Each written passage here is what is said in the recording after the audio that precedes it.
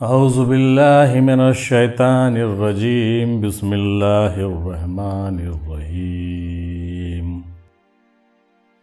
آقا کریم صلی اللہ تعالیٰ علیہ وسلم ارشاد فرماتے ہیں کہ مبارکباد ہے اس شخص کے لیے جو اپنے صحیفہ میں یعنی نامہ اعمال میں کثرت سے استغفار پائے۔ سنن ابن ماجہ 3818 میں یہ بات مل گئی ہے۔ اگر واقعی آپ سے غلطی ہوئی ہے تو سچے دل سے توبہ کر لیجئے، ٹھیک ہے، چونکہ کثرت سے استغفار کرنا جو ہے یہ بہت اچھا عمل مانا گیا ہے نامہ اعمال میں۔ مطلب آقا کریم صلی اللہ تعالیٰ علیہ وسلم نے مبارکباد پیش کیا ان لوگوں کے لیے، اس شخص کے لیے جو اپنے صحیفہ میں کثرت سے استغفار پائے۔ یعنی آپ کو سچے دل سے استغفار کرنا چاہیے۔ اگر واقعی آپ سے کچھ مسٹیکس ہوئی ہے اور آپ کو لگتا ہے کہ آپ نے ماضی میں کچھ غلطیاں آپ نے کی ہیں تو ان غلطیوں کا جو ہے شدت سے احساس کریں، مراقبے میں بیٹھیں اور محاسبہ کریں، معائنہ کریں، اور کافی تگ و دو کے ساتھ، محنت و مشقت کے ساتھ، عجز و انکساری کے ساتھ، گریہ و زاری کے ساتھ آپ استغفار کریں، اپنے گناہوں پہ اڑے نہیں رہیں۔ آپ استغفار کر لیں، اللہ تعالیٰ آپ کو معاف کرے گا، توبہ کا دروازہ بند نہیں ہوا ہے۔ اور جو بغض و حسد اور کینہ ہے اس کو دل سے نکالیں، مولا علی کے دربار سے وابستہ ہوں، رسول پاک کے آستانے سے منسلک ہوں، اپنے پیروں کو راضی کریں اور ان کے دامن میں آ جائیں، اور امام مہدی علیہ السلام بھی آپ پر کرم فرمائیں گے اور سچی عقیدت پہ لوٹ آئیں، بدعقیدگی سے دور ہو جائیں۔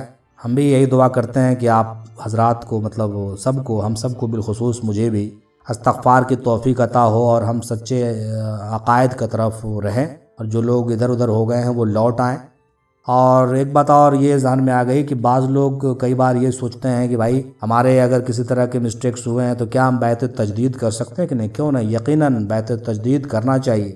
ہم نے بھی کیا ہے، کئی بار کیا ہے، اور اکثر و بیشتر لوگوں کو مشورہ دیتے ہیں کہ آپ بھی بیعت تجدید کیجیے۔ سرکار امیم مہدی شاہ افضل رحمۃ اللہ علیہ کے آستانے پر ہم لوگوں کا ایک گروہ اکثر و بیشتر جاتا ہے، جا کر کے وہاں پہ ہم لوگ جو ہے استغفار کثرت سے کرتے ہیں، ان کو حاضر ناظر جان کر کے کلمہ بھی پڑھتے ہیں اور دوسروں کو جو ہے کثرت سے توبہ کرنے اور کلمہ پڑھنے کی ترغیب دیتے ہیں۔ اور اس بات پر ہم کو فخر ہے کہ ہم اپنے آستانے پر جا کر کے توبہ کرتے ہیں اور کلمہ پڑھتے ہیں۔ اس میں کوئی حد تک امیز بات نہیں ہے، کوئی گناہ اور کراہیت کی بات نہیں ہے۔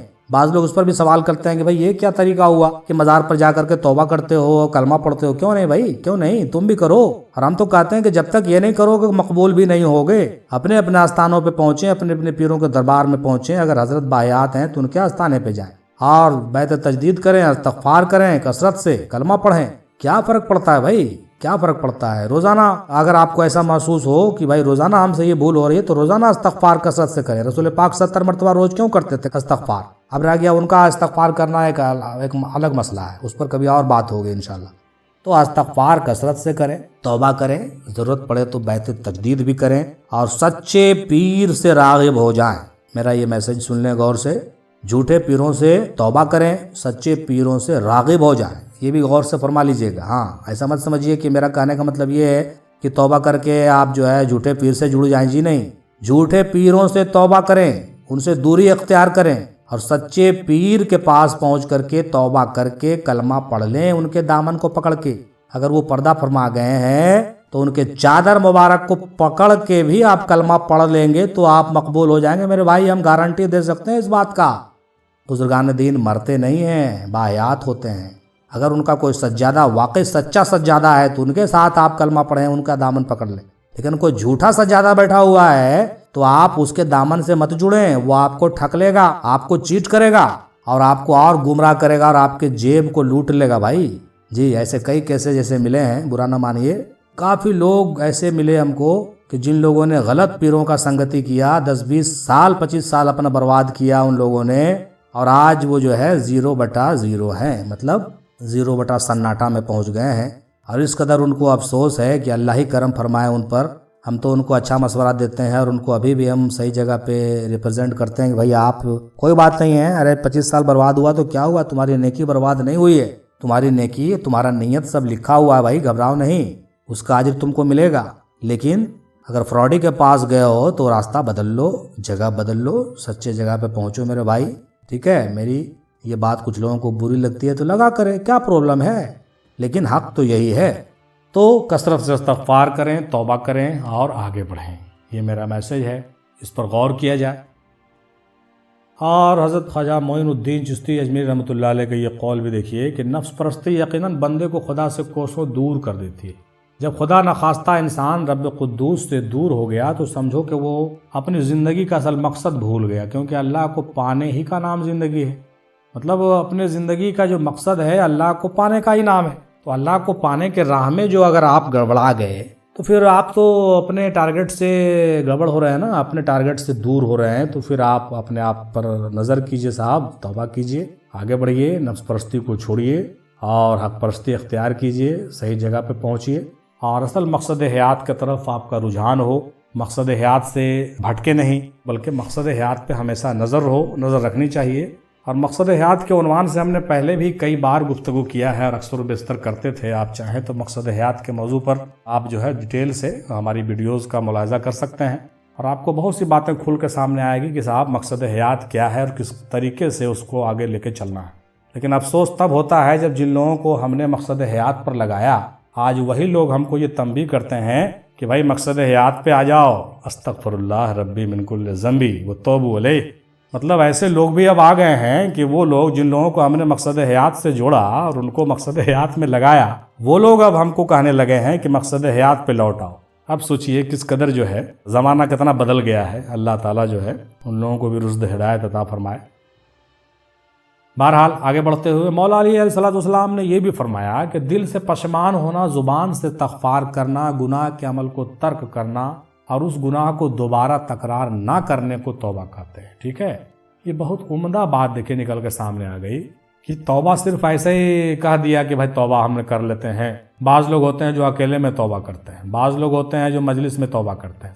ہم سمجھتے ہیں کہ جو لوگ اکیلے میں توبہ کرتے ہیں وہ کہیں نہ کہیں ملاوٹ کرتے ہیں، اکیلے میں کچھ بعد میں کچھ۔ لیکن اگر آپ توبہ میں سچے ہیں تو سب کے سامنے سر مجلس توبہ کیوں نہیں کرتے ہیں بھائی؟ سارے مجلس توبہ کریں، اپنے غلطیوں کا اقرار کرتے ہوئے، اظہار کرتے ہوئے، سب کے سامنے کہتے ہوئے کہ بھائی ہم نے گناہ کیا ہے واقعی۔ اور واقعی اگر کوئی غلطی ہے جو آپ کو بتانے لائق ہے تو بتا کر کے کہنے میں آپ کو زیادہ فائدہ ہے۔ کسی غلطی کو، کسی گناہ کو آپ نے کیا ہے اور واقعی کوئی بڑا گناہ ہے، ٹھیک ہے، کوئی بڑی غلطی ہوئی ہے، بڑی گستاخی ہوئی ہے، تو اگر لوگ جان گئے اس گناہ کو تو اس گناہ کو چھپ کے آپ توبہ کریں گے تو پہلی بات تو وہ توبہ قبول ہی نہیں ہوگی، چونکہ لوگوں نے آپ اس کو سمجھ لیا، جان لیا۔ تو سب سے پہلا جو ضروری ہوتا ہے کہ آپ لوگوں کے سامنے اس بات کا اقرار کیجئے کہ آپ نے اس کو غلط مانا، آپ نے غلطی کی ہے۔ یہ سب سے پہلے مان لینا آپ کے لیے سب سے بڑی بات ہے۔ لوگوں کو نقصان پہنچایا ہے تو لوگوں سے معافی مانگیں آپ، ٹھیک ہے۔ لوگ سمجھتے ہیں گناہ کیے ہیں سرے عام اور توبہ کریں گے چھپ کے تو ہو جائے گا، نہیں۔ جب آپ گناہ چھپ کے کیے ہیں تو ٹھیک ہے، استغفار چھپ کے کر لیجئے، وہ آپ جانے، آپ کا رب جانے۔ لیکن جب گناہ لوگوں کے سامنے کیا اور لوگوں نے جان لیا تو سب سے پہلے تو لوگوں سے آپ جو ہے اس کا اظہار کیجئے اور سر مجلس اس کے لیے جو ہے لوگوں سے بھی معافی مانگیے اور پھر اللہ سے بھی معافی مانگیے، تنہائی میں بھی مانگیے اور اجتماع میں بھی مانگیے اور اپنے غلطیوں کا سچے دل سے اقرار کیجئے۔ جب سچے دل سے اقرار کیجئے گا تبھی نہ مانا جائے گا کہ آپ غلطی کیے ہیں اور غلطی کو مان رہے ہیں۔ اور اگر آپ مجلس میں بھی جھوٹا کہہ دیا کہ بھائی ہم نے مان لیا اور اکیلے میں جا کے کہہ رہے ہیں کہ نہیں ہم تھوڑی غلطی کیے ہیں، یا اکیلے میں کہہ دیا کہ ہم نے غلطی کیا اور مجلس میں ایک دم اکڑ گئے کہ بھائی نہیں ہم کو غلطی نہیں کی، تو یہاں پر بھی آپ کی دوہری نیتی جو ہے واضح ہوتی ہے۔ تو لوگ اتنے بیوقوف نہیں ہوتے ہیں، لوگ آپ کو پہچان جاتے ہیں، آپ کی حرکتوں سے پہچان جاتے ہیں، آپ چھپ نہیں پاتے ہیں۔ ہم لوگ سوچتے ہیں کہ چھپ جائیں گے لیکن چھپتے نہیں ہیں۔ بالکل لوگوں کے سامنے معاملہ نیٹ اینڈ کلین رکھیں میرے بھائی، اور اس بات کو ہلکے میں نہیں لیجیے، سیریس ہو کے لیجیے، چونکہ مولا علی فرما رہے ہیں کہ دل سے پشیمان ہونا ضروری ہے اور زبان سے استغفار کرنا اور گناہ کے عمل کو ترک کرنا، تینوں کام کرنا۔ اس گناہ کو دوبارہ تکرار نہ کرنے کی توبہ کہتے ہیں۔ ایسا نہیں کہ خالی ایسے ہی دل سے پشیمان ہے یہ نہیں ہے توبہ کر لے تو نہیں ہوا، زبان سے استغفار بھی کرنا پڑے گا آپ کو، اور اس خالی کرنا نہیں پڑے گا بلکہ گناہ کے عمل کو ترک کرنا پڑے گا۔ جو چیز آپ کیے ہیں دوبارہ ریپیٹ نہیں کریں۔ اگر آپ دوبارہ ریپیٹ کر رہے ہیں اس کا مطلب کہ آپ ہم کو دھوکہ دے رہے ہیں، لوگوں کو دھوکہ دے رہے ہیں، تو لوگ تو بہت بیوقوف نہیں ہے نا۔ لوگ آپ کو دیکھ جاتے ہیں، سمجھ لیتے ہیں، دیکھ لیتے ہیں کہ اچھا یہ لوگوں کے سامنے کچھ کہتا ہے، پیچھے کچھ کہتا ہے اور بار بار وہی کام کرتا ہے، تو لوگوں کے نظر میں آپ گر جاتے ہیں اور آپ کی وقار چلی جاتی ہے اور آپ بالکل ذلیل و رسوا ہوتے ہیں۔ اور جب ذلیل و رسوا ہوتے ہیں تو آپ اس الزام کو آپ دوسرے پر تھوپ دیتے ہیں، تو یہ تھوپنے سے کام نہیں چلنے والا ہے، اور ایسا کر کے آپ کبھی بھی بری الذمہ نہیں ہو سکتے ہیں، نہ دنیا کے نظر میں نہ اللہ رسول کے نظر میں۔ صاحب اس کو آپ سیریسلی لیجئے، اور ہم لوگوں کو چاہیے کہ سچے دل سے پشیمان ہوں، زبان سے استغفار کریں اور گناہ کو ترک بھی کریں۔ یہ تینوں کام جیسا کہ مولا علی کہہ رہے ہیں، یہ تینوں کام جب تک نہیں ہوگا تب تک ہماری توبہ سمجھ لیجئے نہیں ہوئی۔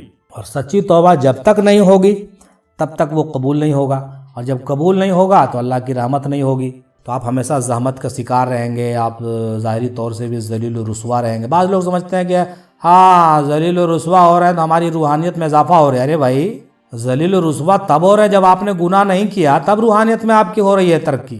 لیکن اگر واقعی آپ نے گناہ کیا اور ذلیل و رسوا ہو رہے ہیں تو روحانیت میں ترقی ورقی آپ کی نہیں ہو رہی ہے، آپ اور نیچے جا رہے ہیں۔ اس کو سیریسلی لیجئے، اس بات کو دوبارہ سمجھیے۔ اگر واقعی آپ نے کوئی گناہ نہیں کیا اور اس کے بعد آپ کو لوگ ذلیل کر رہے ہیں، تب یہاں پر آپ کے لیے امتحان ہے اور آپ کی روحانی ترقی یقیناً ہو رہی ہے۔ اس بات کو نوٹ کر لیں، اس کا بھی حوالہ ملے گا آگے، کہیں ہم آپ کو بتائیں گے، دوبارہ ریپیٹ کریں گے اس کو، ان باتوں کو سمجھیے۔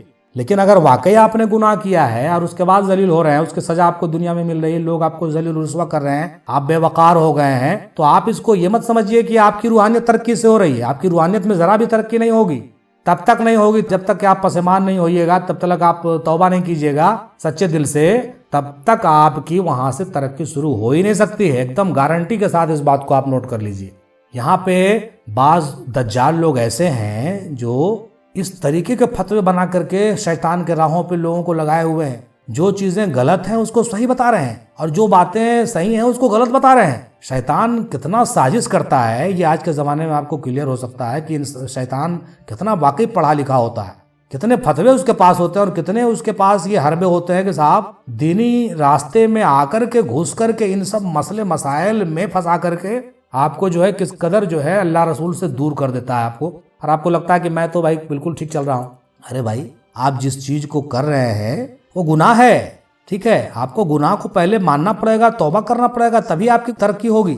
بنا گناہ کو تسلیم کیے ہوئے، بنا گناہ کو توبہ کیے ہوئے آپ کی روحانی ترقی کبھی ہو ہی نہیں سکتی ہے۔ چاہے آپ دنیا میں جتنا ذلیل ہو جائیں، دنیا میں بھی آپ ذلیل ہوں گے اور قبر میں بھی آپ کی حالت خراب ہوگی اور حشر میں بھی آپ ذلیل و رسوا ہوں گے۔ قسم خدا کی یہ بات ہم گارنٹی کے ساتھ کر سکتے ہیں، کیونکہ یہ صوفیہ کی تعلیم ہے، اور آپ نے جو ہے اس کو غلط رنگ دے دیا۔ آپ نے گناہ کے ذلت کو یہ کہہ دیا کہ آپ کی روحانی ترقی ہو رہی ہے، اور گناہ پر گناہ کرتے جائیے۔ استغفر اللہ، کس قدر تعلیمات لوگ آج کے ڈیٹ میں دے رہے ہیں۔ ہم تو مختلف رنگوں کو دیکھ کر کے یہ بات کہتے ہیں، اور ہم بنا نام لیے ہوئے بات کو کہتے ہیں۔ کئی لوگوں کو یہ بات سمجھنے کو موقع ملے گا، کئی خانقاہوں میں ہم نے یہ سب چیزوں کو دیکھا ہے پریکٹیکلی، تو کس طریقے سے لوگ جو ہے دینی مسائل میں پھنس کر کے جو ہے گمراہ ہو رہے ہیں، کس قدر مذہبی طریقے سے گمراہ ہو رہے ہیں۔ اور الٹا جو ہے وہی کہانی ہے کہ الٹا چور کو توال کو ڈانٹے، مطلب گمراہ جو لوگ ہیں وہی صادقین پر فتویٰ عائد کر رہے ہیں کہ بھائی تم گمراہ ہو۔ تو اب اس میں کیا کیجئے گا؟ اس میں کچھ نہیں کر سکتے ہیں، آپ دلیل پیش کر دیجئے، دلیل دیکھ لیجئے، سمجھ لیجئے، غور کر لیجئے، اور سارے معاملات اللہ کے حوالے کر دیتے ہیں ہم لوگ۔ اللہ تعالیٰ وقت پر سب کا فیصلہ کرنے والا ہے اور کر ہی رہا ہے۔ ہم تو آنکھوں سے دیکھ رہے ہیں کہ تمام لوگوں کا فیصلہ کرتا رہتا ہے، اور ہم دیکھتے رہتے ہیں اس کے انصاف کو، اور ہم صدق دل سے پڑھتے رہتے ہیں کلمہ اور اس کا شکر ادا کرتے رہتے ہیں کہ دیکھو کیسی کیفیت میں کہاں سے کہاں پہنچ گئے، ٹھیک ہے؟ ہم تو ہندی میں کہتے ہیں کہ بھائی پکڑنے کا گوڑ تو پکڑتے ہو سور، تو یہی حال ہوگا نا۔ مطلب جو چیز پکڑنا تھا وہ پکڑتے نہیں، اور جو چیز نہیں پکڑنا تھا اس کو پکڑ کر کے بھروسہ کیے ہوئے ہو، تو حالت تو خراب ہوگی ہی آپ کی۔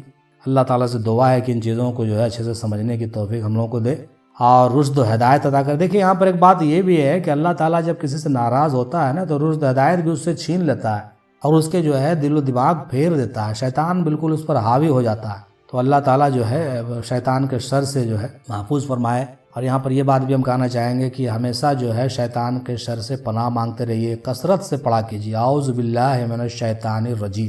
بعض لوگ اس پر بھی ہم کو کہتے ہیں ارے بھائی کتنا شیطان سے آپ کو ڈر لگتا ہے جو ہر بار آپ اعوذ باللہ پڑھتے ہیں۔ ارے بھائی اسی کا تو ضرورت ہے، اعوذ باللہ پڑھنا کتنا ضروری ہے۔ دیکھیے اس قول سے آپ کو سمجھ میں آئے گا جو ابھی ہم کہہ رہے تھے، اس کو سمجھیے کہ شیطان اتنا قابل ہے، اتنا اسمارٹ ہے، اس کو اتنا جینیس کہہ لیجئے کہ وہ اتنا جینیس ہے کہ وہ آپ سے بھی زیادہ جینیس ہے۔ اگر آپ جو ہے اللہ کی پناہ نہیں مانگتے ہیں اس مردود سے تو وہ آپ کو کہاں کہاں نہیں پھنسائے گا۔ دادا سرکار میمندی رحمۃ اللہ علیہ کہتے تھے کہ ارے بابو اس کا پہنچ جو ہے نا، نفس تو اس کا اڈا ہے ہی ہے، قلب تک بھی اس کا پہنچ ہے، روح تک بھی اس کا پہنچ ہے، سر خفی تک بھی اس کا پہنچ ہے بوا، ایسے کہتے تھے۔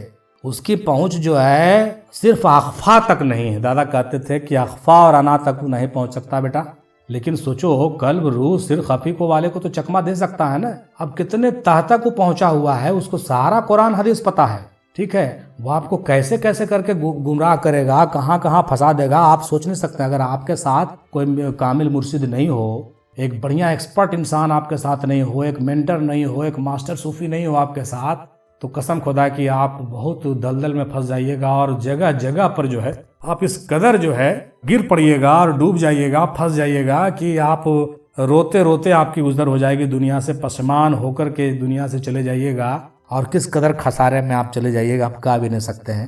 تو یہ اس بات کو بہت ضروری ہے کہ آپ جو ہے کثرت سے اعوذ باللہ من الشیطان الرجیم کا ورد کریں، شیطان کی پناہ اللہ سے مانگیں۔ لوگ کہتے ہیں کہ پہلے شیطان کا نام کیوں لیتے ہو؟ دیکھیے اس کی بھی غلطی ہے، اس میں اس کا بھی جیرا ہو ہی جائے کہ بھائی دیکھیے ہم کہتے ہیں اعوذ باللہ، پہلے تو اللہ کا نام آتا ہے، بھائی کہاں ہو؟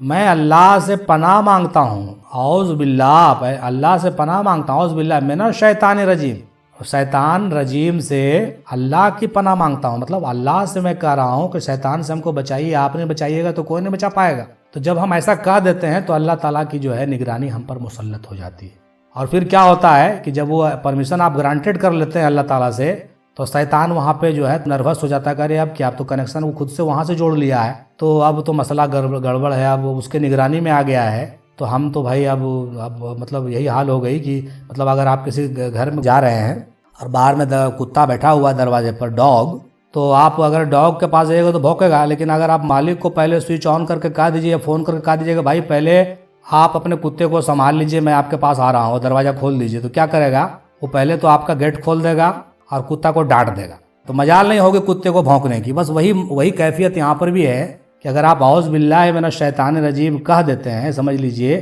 کہ اس مردود کتے سے آپ نے جو ہے چھٹکارا پا لیا۔ سوچیں کتنی بڑی بات ہے، لوگ اس پر انگلی اٹھا دیتے ہیں، بڑا افسوس ہوتا ہے ہم کو، ان سب باتوں پر بھی لوگ انگلی اٹھاتے ہیں۔ دادا مہمندے نے کبھی اس کا اختلاف نہیں کیا، ہمیشہ اعوذ باللہ من الشیطان الرجیم پڑھنے کی تلقین کرتے تھے۔ بعض خانقاہوں میں اس کی تعلیم بھی ہے، لیکن بعض لوگ اس کا نیگلیکٹ کرتے ہیں، ہم کو سمجھ میں نہیں آتا ہے کہ آخر مسئلہ کیا ہے۔ بھائی اعوذ باللہ من الشیطان الرجیم پڑھ کر کے آپ اللہ کے امان میں چلے گئے، پھر آپ بسم اللہ الرحمن الرحیم کہا کے شروع کیجئے نا کام، کون منع کرتا؟ تو امید ہے میری بات سمجھ میں آ گئی ہوگی کہ اللہ سے پناہ بھی مانگنے کی ضرورت ہے، اور اس طرح سے اس کے امان میں جانے کی ضرورت ہے، ورنہ شیطان سے ہم بچ نہیں سکتے ہیں۔ بڑا بڑا حربہ لے کر کے، بڑا بڑا ہتھیار لے کر کے بیٹھا ہوا ہے بھائی، اچھے مریدوں تو دور کی بات، ہم تو کہتے ہیں کہ پیر بھی اس سے محفوظ نہیں ہے۔ اللہ کی پناہ، آج کے زمانے میں شیطان کے مکر سے پیر بھی محفوظ نہیں ہے۔ دیکھیے میرا پیر سے مراد پیر کامل ہرگز نہیں ہے، یہ ہرگز مت سوچئے گا کہ ہم ان کی طرف اشارہ کریں گے، کیونکہ جو کامل پیر ہوتے ہیں ان کی بات کچھ اور ہوتی ہے، اور میں نے کہا کہ وہ جو ہے بہت بڑی ہستی کے مالک ہوتے ہیں، وہ ان کا ایک برزخ ہوتا ہے، ان کا معاملہ بہت اونچا ہوتا ہے، اور واصل بھاگ ہوتے ہیں، وہ زمین پر جو ہے اللہ کے خلیفہ ہوتے ہیں، اور ان کا تعلق آدھا ادھر آدھا ادھر ہوتا ہے، یعنی ہوتے زمین پر ہیں لیکن وہ آدمی جو ہوتے ہیں وہ آسمان کے ہوتے ہیں، ایسے سمجھ لیجئے۔ تو ان کی طرف ہمارا اشارہ نہیں ہے، لیکن وہ تو اللہ سے منسلک ہے، ان کو کون کوئی چھو سکتا ہے؟ شیطان کی کیا مجال کہ ان کو چھو دے؟ ہم تو کہتے ہیں کہ شیطان ان کے بھیس میں بھی نہیں آ سکتا ہے، بلکہ یہ حدیث بھی ملے گی آپ کو، آگے ہم کبھی پڑھیں گے کہ رسول پاک نے بھی فرمایا کہ شیطان کبھی میرے صورت میں نہیں آ سکتا۔ تو صرف رسول پاک کی صورت میں نہیں، بلکہ جو نائب رسول ہے نا، اس کے صورت میں بھی شیطان ہرگز نہیں آ سکتا۔ ہاں اس میں کچھ چینجنگ کر کے آپ کے سامنے آ سکتا ہے، اس میں دھوکہ دے گا آپ کو، حلیہ اس طرح سے بنا لے سکتا ہے، چہرہ چینج ہو جائے گا، یا نہیں تو ہو سکتا ہے کہ وہ چہرہ دکھا دے اس طرح کا لیکن آپ کنفیوز کر جائیں، تو اس طرح سے دھوکہ دے کے آپ کے ساتھ ہوا سکتا ہے، لیکن مکمل ہو بہو پیر کامل کی صورت میں شیطان کی اوقات نہیں ہے کہ وہ آ جائے گا، اس چولے کو پہن ہی نہیں سکتا، جان لیجئے، اس بات کی گارنٹی ہے۔ دادا حضور ہمیشہ کہا کرتے تھے کہ یہ رسول پاک کی صورت میں کبھی شیطان نہیں آ سکتا ہو، یہاں تک کہ ہمارے صورت میں بھی شیطان نہیں آئے گا، تم اطمینان رہنا، مطلب پیر کامل کی صورت میں کبھی شیطان نہیں آ سکتا ہے، لیکن اس میں ہیر پھیر کر کے آپ کو لگا کہ ہاں پیر صاحب آئے تھے، ایسا میں دھوکہ ہو جائے گا، اور آپ یقین مت کیجیے، ہو سکتا ہے کوئی دوسرا ہو یا شیطانی ہو، آپ مکمل دیکھ لیجئے، دیدار کر لیجئے، اور اچھے سے یاد رکھ لیجئے کہ ہاں پیر مرشد ہی ہیں، تب آپ اس خواب پر آپ جو ہے یقین کریں، بھروسہ کریں تو بہتر ہوگا، نہیں تو اس میں بھی آپ کو شیطان دھوکہ دے سکتا ہے۔ امید ہے میری بات سمجھ میں آ گئی ہوگی۔ تو شیطان جو ہے اس طرح سے دھوکہ دیتا ہے، سچے دل سے ہم کو توبہ کرنے کی ضرورت ہے اور راہ راست اختیار کرنے کی ضرورت ہے۔ اللہ تعالیٰ سے دعا ہے کہ ہم کو جو ہے اس میں آگے بڑھنے کی توفیق عطا فرمائے ہم لوگوں کو، اور سمجھ بوجھ عطا فرمائے۔